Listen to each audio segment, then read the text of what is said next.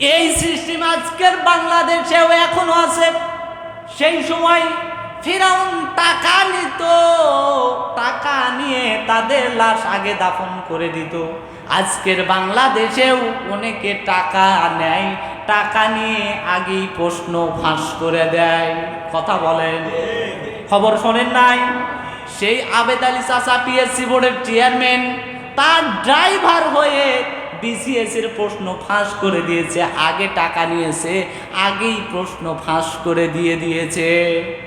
সুতরাং এখান থেকে বোঝা যায় যে আজকের এই ঘুষের ব্যবস্থা আজকের শিখানো পদ্ধতি না, বরং সেই সময় ফেরাউন আমাদের উত্তরসূরিদেরকে শিখিয়ে গেছে। এইরকম চোর বাটপার আজকেও আমাদের সমাজে আছে না নাই? লেবাস ধরেছে কি মনে হচ্ছে জান্নাত থেকে পালিয়ে এসেছে। নামাজ কোথাও বাদ নাই, গাড়ির স্টিয়ারিং ঘুরাচ্ছে তার উপরেও নামাজ, বিমানে চড়ে যাইতেছে তার উপরেও নামাজ। ওই কক্সবাজার সমুদ্র সৈকতে গেছে, ওই সমুদ্র সৈকতের পারেও নামাজ, নামাজ মিস নাই। দেখা যাচ্ছে মানুষের দ্বারে দ্বারে গিয়ে খেদমত করতেছে, খেদমতের কোনো শেষ নাই। বলেন তো এদেরকে ইমানদার বলবো কোন হিসেবে? ওয়ামা হুম বিমুমিনিন। যদিও তারা ইমানদারের লিবাস নিয়ে, চরিত্র নিয়ে সমাজে থাকে, কিন্তু আল্লাহ বলছেন এরা ইমানদার নয়। আর ইমানদার যারা নয় আজকের বাংলাদেশে এদেরকে বলা হয় মুনাফিক। আর সেই সময় আল্লাহ রাব্বুল আলামিন বলছেন এই মুনাফিকরা কাফেরের চাইতেও ভয়ঙ্কর। কথা বলেন, মুনাফিকরা হলো কাফেরের চাইতেও ভয়ঙ্কর। কারণ কাফেরদেরকে সোজা চেনা যায়, কিন্তু মুনাফিকদেরকে চেনা। একই লেবাস ধরে থাকে, আমাদের ভেতরেই থাকে, কিন্তু তার ভেতরে ঈমান নাই।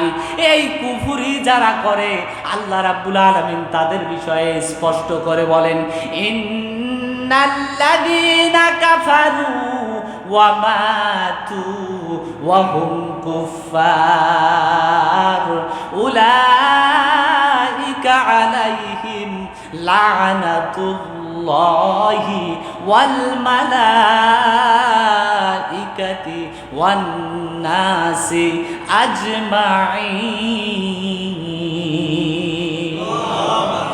আল্লাহ রাব্বুল আলামিন বলেন, নিশ্চয় যারা কাফের, কুফরি করে এবং কুফরি অবস্থায় মৃত্যুবরণ করে, স্বয়ং আল্লাহ রাব্বুল আলামিনের পক্ষ থেকে তাদের উপর অভিশাপ, আসমানের ফেরেশতারা তাদের উপর অভিশাপ, এবং অন্নাসি আজমাইন, পৃথিবীর সকল মানুষের পক্ষ থেকে তাদের উপর অভিশাপ।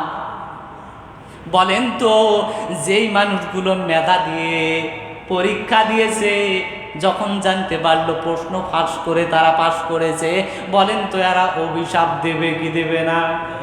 কথা বলেন।